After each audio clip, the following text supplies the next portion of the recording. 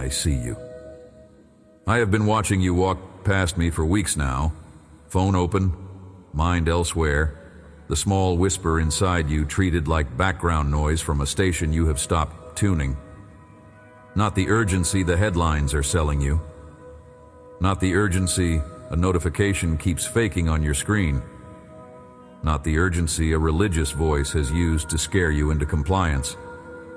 A different urgency, a patient one, a divine breath already moving through the room you are sitting in. Come a little closer. Right now, in the minutes you have given me here, allow me to reveal why the quiet pressure you have been feeling is not pressure at all. It is an invitation to step into a draft that has been blowing through your life longer than you guessed. Stay near. The wind is already moving. The window is already open. You have been carrying a strange tension lately, a sense that something in you is being addressed, asked, summoned even. And at the same moment, a fear that the asking is the kind of asking that arrives with a deadline you cannot meet. So you have done what frightened people do with quiet asks, dismissed them. A song reached you in the car and you turned the volume down. A sentence from a stranger landed in the soft place and you walked off shaking it. A wakeful hour at 3 a.m. brought a small breath of conviction, and you reached for the phone before the breath could finish what it was trying to say.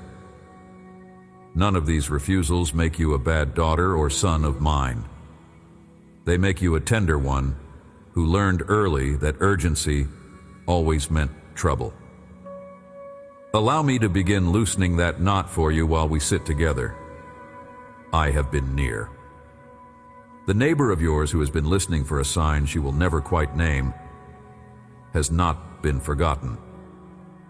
There is a man 2 streets over who keeps almost opening the conversation with me and changing his mind at the last minute because he's afraid of what my answer might cost him. A young one whose silence has been deeper than her words for a year now is also held. An older one who has begun to suspect that the door of his second chance closed while he was still arguing about whether to walk through it. I am near him as well. None of these are abstractions. Each one is a real chest in a real room, and every chest is one I have set my ear against in this very hour.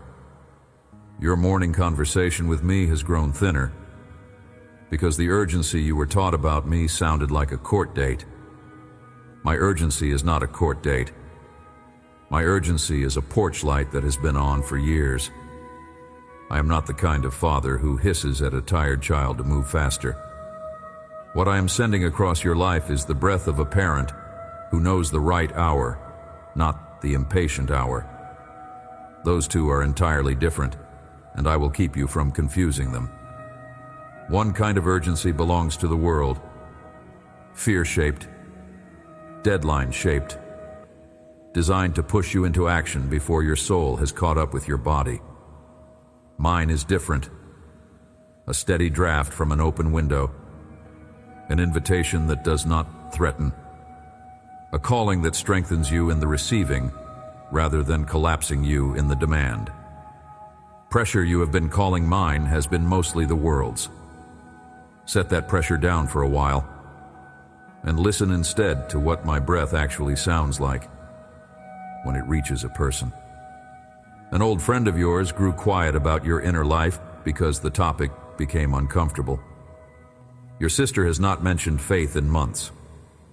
A small group you used to belong to forgot to text. You started reading less, praying briefer, listening shorter. None of those are catastrophes in my eyes. They are only the natural drift of a soul that has not been hearing a kind word from heaven for a stretch. And I am the kind of God who comes back into the room with a kind word rather than a complaint. So hear the kind word now. Drift is not the verdict. Drift is the very room I am about to fill again with a draft. Hold the breath you are taking for one slow count, then release it without pushing. Just one. Notice the small pause at the top of the breath, that motionless second when the lungs are full and nothing is happening yet. That is the shape of my waiting. Full of something for you, not measuring how long it takes you to receive it. Now let the air out. Notice how the body softens a little on its own, without you instructing it to. That softening is the body recognizing a presence the mind has been arguing with. The presence is mine. The presence has not arrived. It was already in the room when you sat down. This fear of my urgency was not built in you alone. It was passed down. You absorbed it the morning a teacher told you that God was always about to come back and grade your week with a red pen. And so the very word urgent began to taste like punishment in your mouth. You absorbed it the season a religious gathering taught you that my voice arrived only when something was about to go wrong, never simply when something was about to be made beautiful.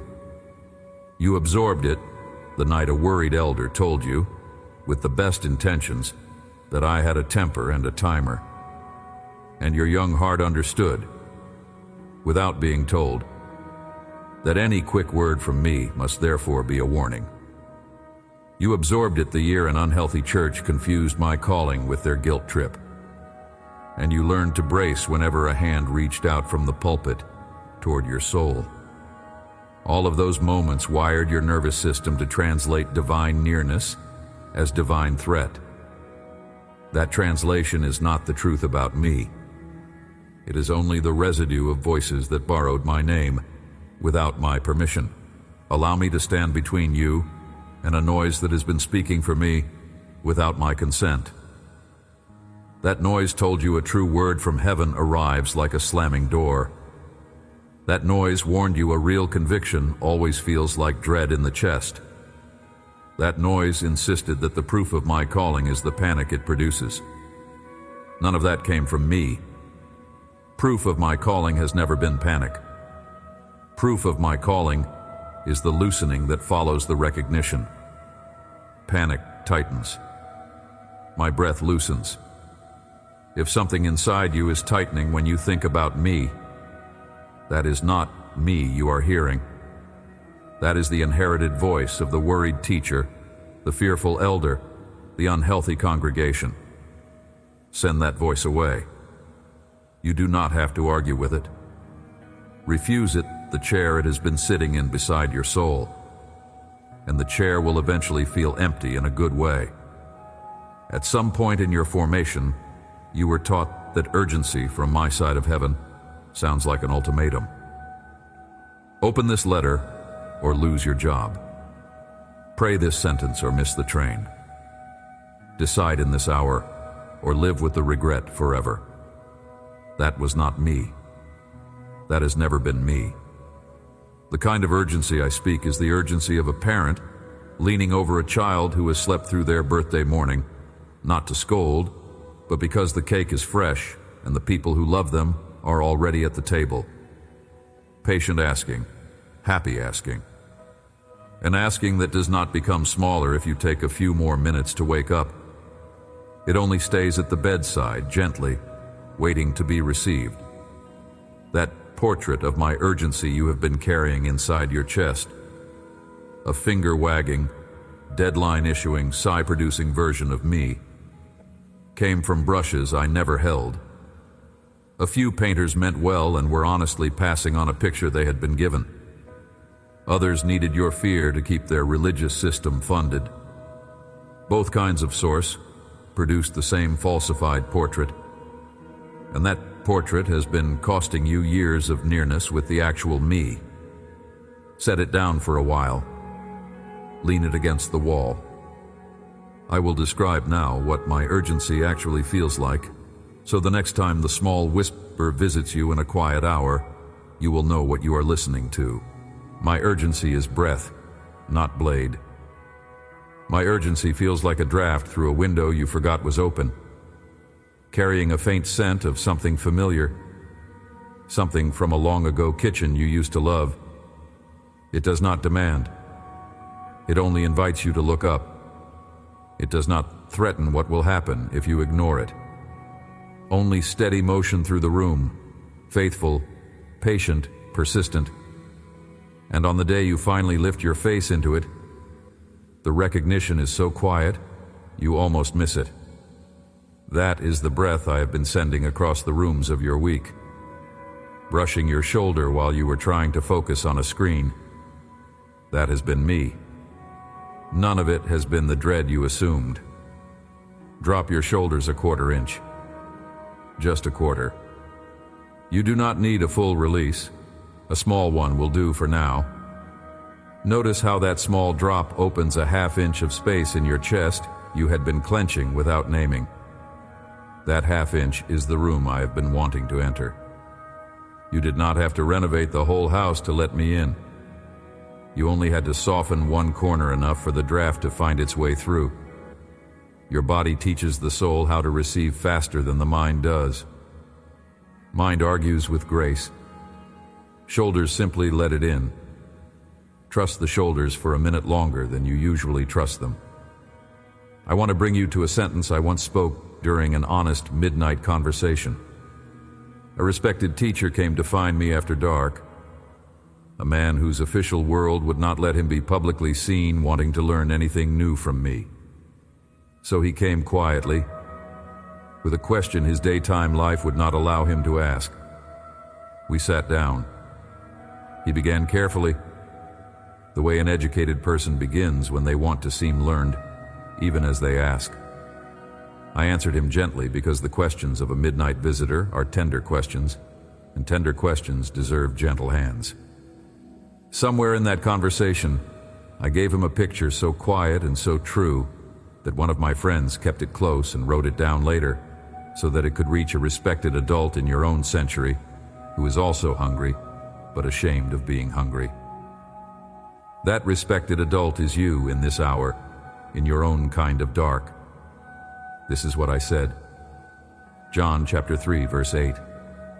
The wind blows where it wishes, and you hear its sound, but you do not know where it comes from or where it goes. So it is with everyone who is born of the Spirit. Move through it slowly beside me. Do not race past it. More breath lives inside this sentence than the speed of an ordinary reed will let you draw. Notice the first phrase. Wishes. Not where you tell it. Not where you schedule it. Not where your church calendar permits it. My spirit follows its own loving will here, not the rulebook handed to it by an institution. You have been trying to summon me with formulas because someone told you formulas were the only safe way. A gust of my spirit does not work that way. It does not arrive because you said the right syllable. It arrives because it loves to arrive. And it has been arriving in your life on days you did not even know to ask. Most of the kindest moments of nearness across your years were not produced by you. They were a current that wished to pass through, and you happened to be home. You hear its sound. Read the next phrase. You hear. Not you control.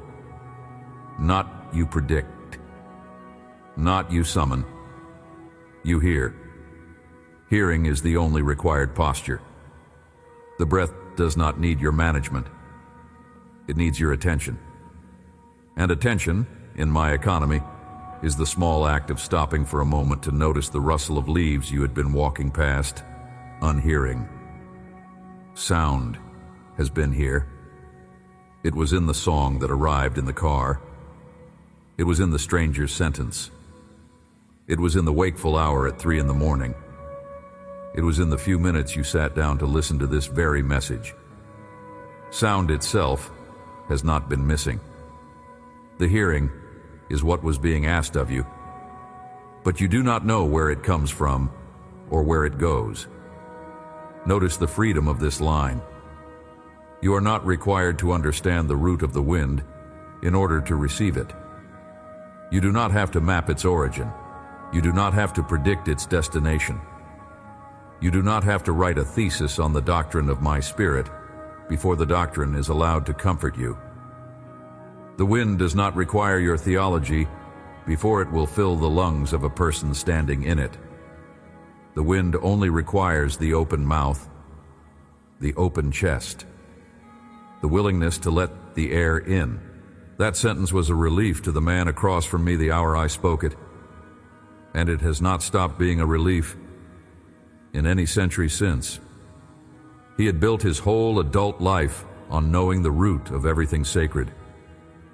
In the quiet of a small house at midnight, I told him that the deepest movement of my presence in a human soul is the one part of his life he was never going to be able to chart. The not knowing was not a failure.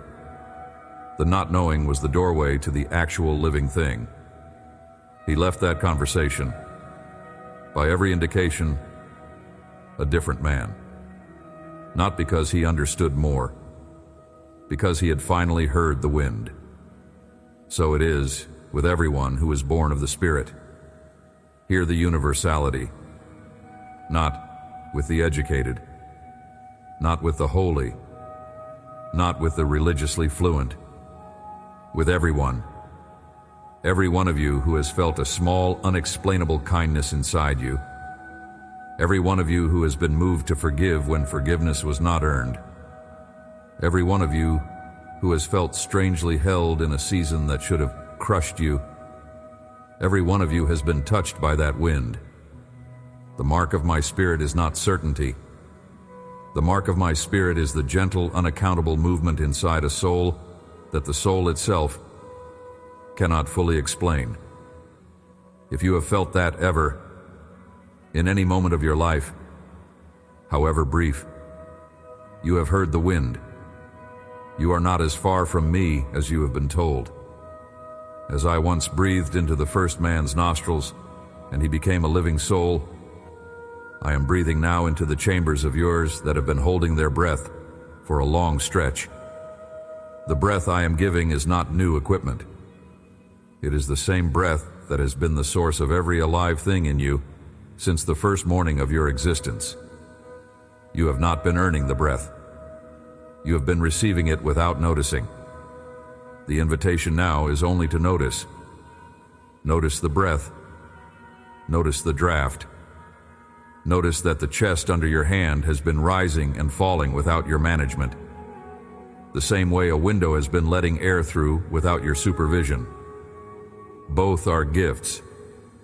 Both are mine. Both have been arriving in your life every second since you were placed inside it. Step back for a moment to the promise I gave at the opening of these words. I told you that the urgency you have been feeling is not pressure, but invitation. Here, now, is the answer to why. Because my breath does not push. My breath invites. It moves through the open window when there is one, and waits patiently at the closed window when there is not. It does not break the glass. It does not announce itself with thunder. It does not threaten what will happen if you keep the window shut. It only keeps blowing, kindly, persistently, faithfully, until the day you finally crack the latch and let it in. The asking is the wind itself. The wind is the asking. There is no other deadline. There is no other ultimatum. There is only the breath and the open chest and the recognition. So here is something small you can carry into the rhythm of your week. The next time you feel that quiet pressure rising inside you, and you will, because pressure is one of the few languages a busy adult still listens to. Pause and pose one honest question to yourself. Is this fear pushing me, or is the wind passing through? That is the entire test. It is not theological. It is bodily. Fear tightens the chest. Fear hardens the jaw. Fear narrows the breath into short, shallow bursts that prepare the body for a fight that may not even be real. Wind does the opposite. It loosens. It softens. A current lengthens the breath without you choosing it. If the inside of you is tightening, the voice is not mine. Send it away gently. If the inside of you is loosening, the voice is mine. Lean into the loosening. That is the wind, asking to be let in a little further.